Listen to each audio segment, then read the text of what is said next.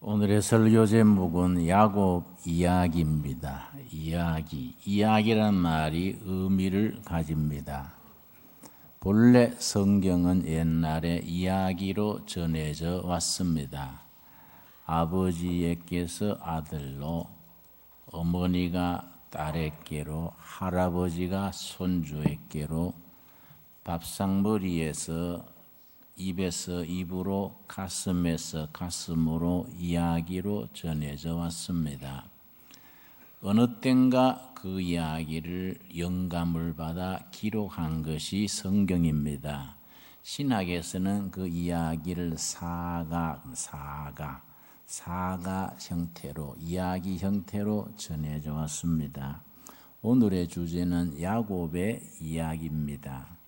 오늘 창세기 47장 8절을 제가 다시 읽습니다. 바로가 야곱에게 묻되 너 나이가 얼마냐?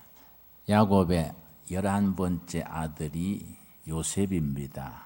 요셉이 애굽 땅에 종살이로 팔려갔지만은 거기서 출세를 해서 제상의 자리에 올랐습니다. 30살에 남다른 통찰력과 남다른 경륜으로 인하여서 제상의 자리에 오르면서 이스라엘 땅에 있는 자기 아버지 형제들을 초청 이민을 한 셈입니다. 초청 이민을 받아서 간 야곱의 식솔이 70명이었다고 그럽니다. 그 70명 식솔을 이제 요셉이 출세했기 때문에 애굽 땅으로 초청 이민 받아가서 자리를 잡으면서 바로 왕이 요셉의 아버지를 궁궐에 초청을 했습니다. 그 야곱이 자기 아들 요셉 총리하고 같이 바로 왕에게 인사하러 갔는데 바로 왕이 야곱에게 묻습니다. 어르신네 춘추가 얼마신지요? 그런 식이지요. 우리나라에서 상대를 존중해서 나이를 물을 때에 춘추가 어떻신지요? 그렇게 묻습니다. 혹은 조금 낮은 말로는 연세가 얼마신지요? 그런 식이지요. 바로 왕이 야곱에게 어르신네 춘추가 어쩌신지요? 물었더니 야곱이 아주 뜻깊은 대답을 합니다. 평범한 말인데 곱씹을수록 가슴에 닿고 의미가 있습니다. 나는 성경 읽으면서 이런 부분이 참 가슴에 닿고 좋습니다. 자, 9절 말씀. 야곱이 바로왕의 물음에 대해서 어떻게 대답을 합니까? 9절 우리 한번 같이 읽겠습니다. 야곱이 바로에게 이르되 내 나그네 길의 세월이 130년이니이다. 내 나이가 얼마 못되니 우리 조상의 나그네 길의 연조에 미치지 못하나 험악한 세월을 보내었나이다. 상당히 읽을수록 마음에 닿는 내용이지요. 내 나그네 길의 세월이 130년이니이다. 내 나이가 얼마 못되니 우리 조상의 나그네 길의 연조에 미치지 못하나. 그 말은 자기 야곱의 아버지 이삭은 175세에 죽었습니다. 아브라함은 또 170세인가 그때 죽었습니다. 그런 나이에 미치지 못하지만은 그런 의미입니다. 내 조상의 나이에 미치지 못하나 내 나그네 길에 험악한 세월을 보냈습니다. 이렇게 대답을 하고 그 다음 중요한 것은 10절입니다. 왕이 백성에게 축복을 해주는 것이 관례인데 야곱의 영적인 경륜, 영적 수준이 대단히 높아서 왕에게 축복 기도를 해줍니다. 10절입니다. 야곱이 바로에게 축복하고 그 앞에서 나오니라. 자, 10절 말씀에서 내 130년 세월을 얘기하면서 조상들의 나이에 미치지 못하지만 험악한 세월을 보냈습니다. 이 말씀이 그 그 배경이 130년 세월을 바탕에 두고 나오는 자기 고백입니다. 야곱은 태어날 때부터 고생했습니다. 야곱과 에서가 쌍둥이지요. 야곱의 아버지가 이삭이고 어머니가 리브가입니다. 둘이 금술이 제일 좋았습니다. 리브가 이삭 부부가 아주 참 사이좋게 사랑하면서 살았던 대표적인 금슬 좋은 부부가 야곱의 아버지 어머니입니다. 그런데 그 야곱의 어머니 리브가가 아기를 낳을 때에 쌍둥이를 낳았는데 형이 에서고 동생이 야곱입니다. 형이라지만은 몇 초 몇 분 사이지요. 앞서고 뒤서는 차이니까 쌍둥이의 형입니다. 그런데 야곱이 어머니 태에서부터 지기가 싫어서 나중나기 싫어서 나면서 형의 발꿈치를 잡고 났다는 겁니다. 그만큼 태어날 때부터 집념, 지기 싫어하는 성격, 또 뭔가 이루겠다는 그런 그 야심, 이게 넘치는 상태로 태어났습니다. 왜 그렇게 먼저 나는 걸 원하느냐 하면은 이스라엘의 전통이 우리도 그런 면이 있습니다만은 장자 축복권이 있습니다. 모든 가정의 장자에게 축복이 이어져 내려갑니다. 그래서 장자로 태어난다는 것이 대단히 중요하지요. 그래서 야곱이 둘째 안 날라고 날 때부터 그렇게 요란을 떨었습니다. 둘째로 태어났으면서도 그게 억울해가지고 내가 몇 초 차이로 내 장자를 놓쳤구나. 이런 그 승부욕이라 할까요? 성취욕이 탁 몸에 배어 있어서 형이 아주 사냥 갔다 와서 배고플 때 그때에 아주 형하고 거래를 합니다. 형이 이제 배고파 와가지고 동생 팥죽 한 그릇 주라. 그러니까 동생이 형한테 형 그 맨입에 되냐 뭐 이런 식이지요.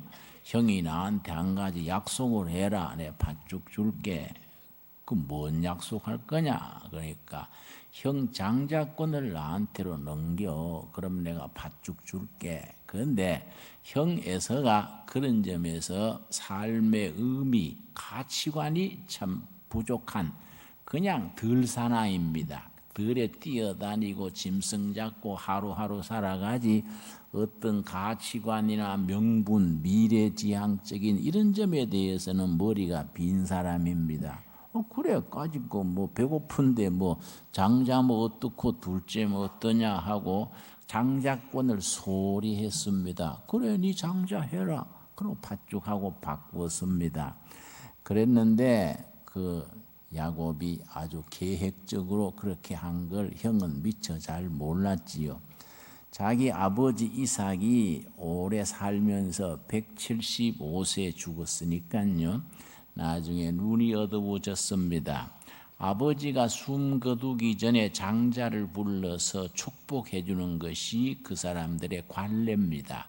그 축복대로 이어져 가는 겁니다. 그런데 그 이삭이 자기 맏아들 에서한테 축복하려고 불렀더니 이삭은 사냥 나가버리고 야곱이가 이삭을 꾸며서 가는데 이삭이 털이 숭숭 난 그 몸에 털이 많았습니다. 아버지가 눈은 어둡지만은 나를 털을 만져볼 끼다 생각하고 양털을 가지고 팔에다가 이렇게 두르고 이삭처럼 에서처럼 꾸며서 그래 아버지 방에 들어갔습니다. 그래서 아버지가 축복하려고 머리에 손을 얹고 말을 하니까 에서 목소리가 아니다 이 말이에요. 이 목소리가 네가 에서가 아닌데 야곱 같은데. 그러니까 아버님 왜 그래 정신이 헷갈리십니까? 내 팔 잡아 보십시오. 아버지가 눈은 어둡지만 팔을 더듬어 보니까 털이 많은 에서의 털이니까 그래 축복을 해줬습니다. 그만큼 이스라엘의 전통에는 장자 축복권이라는 것이 굉장히 중요합니다. 그 나중에 형이 사냥 갔다 와서는 그걸 알고서는 그냥 두겠습니까? 사냥하는 사람이 성질이 얼마나 거춥니까? 내 동생을 그만 안 둔다, 아주 요절내 버린다 하고 아예 죽일 듯이 그렇게 펄펄 뛰니까 야곱의 어머니 리브가가 까딱하면 아들 둘 다 이렇게 생겼지요. 동생은 형한테 죽고 동생 죽인 형인들 재구술 하겠습니까? 잘못하면 아들 둘 다 잃을 것 같으니까 어머니 리브가가 야곱을 자기 친정에 보냅니다. 친정이 하란 땅입니다.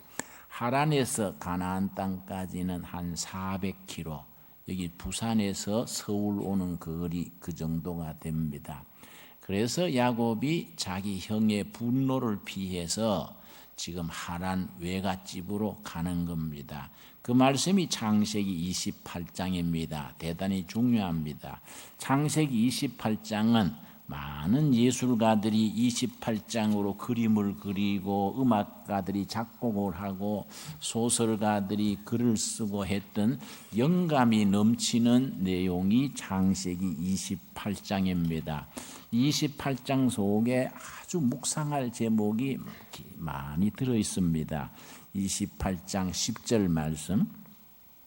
야곱이 부엘세바에서 떠나 하란으로 향하여 가더니 야곱의 살던 곳이 부엘세바고 자기 외갓집 어머니의 친정 하란을 향해서 출발하는 겁니다. 그런데 그 당시에 뭐 도로가 제대로 돼 있는 것도 아니고 중간중간 여인숙이 있는 것도 아니고 그 가는 길이 황막한 광야입니다. 광야에 거기에 그 400km를 간다는 것이 쉽지 않지요. 그러나 자기 형이 워낙 자기를 죽일 듯이 그러니까 목숨을 건지려고 지금 가는 겁니다. 11절 말씀. 한 곳에 이르는 해가 진지라 거기에 유숙하렸고 그곳에 한 돌을 가져다가 베개로 삼고 거기에 누워 자더니 유명한 야곱의 돌베개입니다. 그날 저녁에 들판에서 야곱이 돌을 베개 삼고 하늘을 지붕으로 삼고 하룻밤 노숙을 하는데 참 여러분 언제 한번 성지순례를 꼭 한번 가보시기 바랍니다. 이스라엘이라는 데가 참 그 아주 특이한 데입니다. 낮에는 엄청 덥습니다. 낮에는 태양빛이 내려 쪼이는 열대성 더위인데 저녁 되면 기온이 급강하해가지고 밤에는 춥습니다. 그래서 광야에 누워 있으면은 낮에 더워진 바위 덩어리가 밤에 기온이 급강하니까 이 터집니다. 바위가 툭툭 터지는 소리가 여기저기서 들립니다. 그리고 거기는 승냥이들이 있고 들에는 불뱀이 있습니다. 아주 그러고 전갈이 있습니다.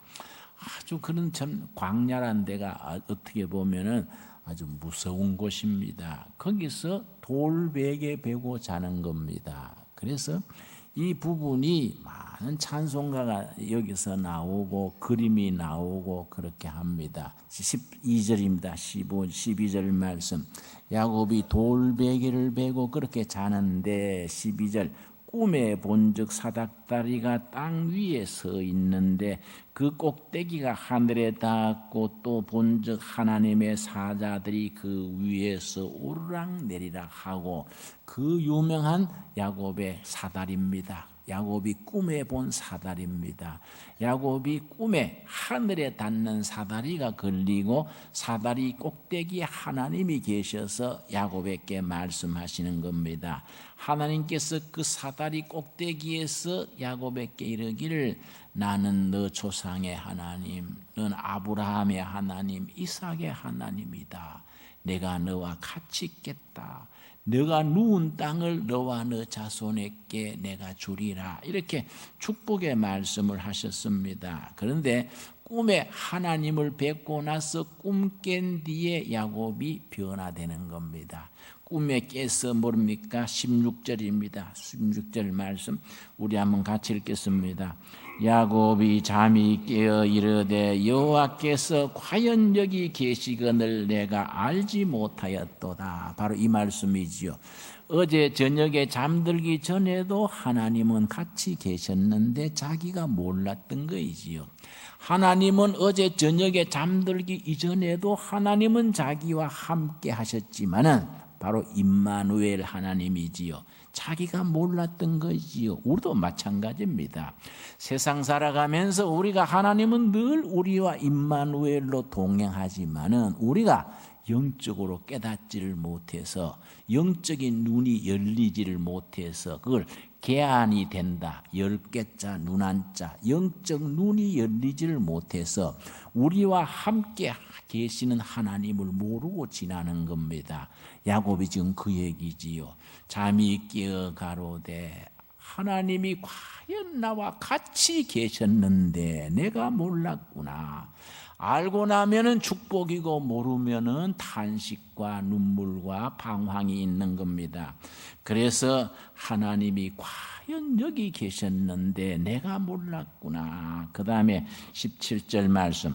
이에 두려워하여 이르되 두렵도다. 이곳이여 이것은 다른 아닌 하나님의 집이요 하늘의 문이로다. 바로 여기가 하나님의 집, 그걸 베델입니다. 베델이 하나님의 집이란 말입니다. 하늘의 문이로구나. 바로 그 자리가 은혜 받는 자리고 하늘에 직통하는 자리고 살아계신 하나님과 바로 만나는 자리인데 그걸 알지 못하면 깜깜한 낙심의 자리고 절망의 자리입니다. 여러분 영적으로 깨닫는다는 것이 참 중요합니다.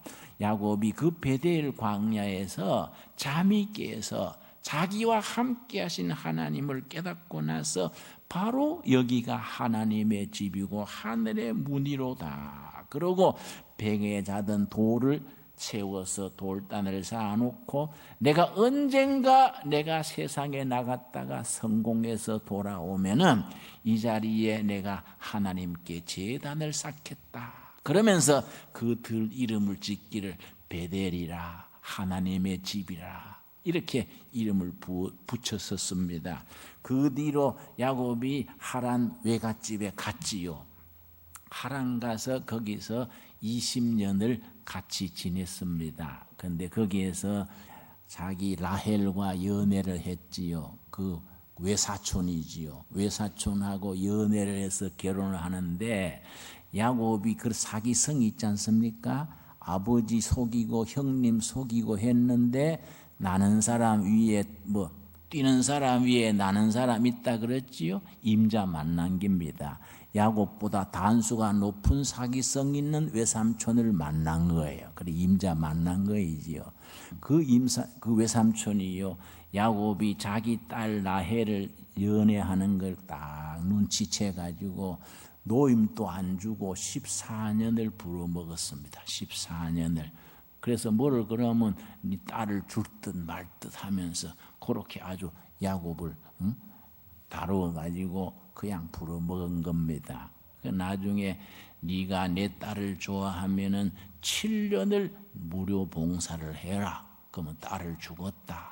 그래서 일구월심 라헬을 사랑하는 마음으로 그 딸을 생각하면서 7년을 봉사를 했는데 드디어 결혼식 날이 됐는데 밤에 신부가 들어왔단 말이에요. 그래서 자기 라헬인 줄 알고 잤는데 아침에 보니까 아니라 라헬의 언니 레아를 들여보낸 거예요. 완전히 사기당한 거이지요. 그래서 장인어른이 날 이래 속일 수 있습니까? 그러니까 야 이 사람아 우리 이쪽에 가문에 그 법이 그러네.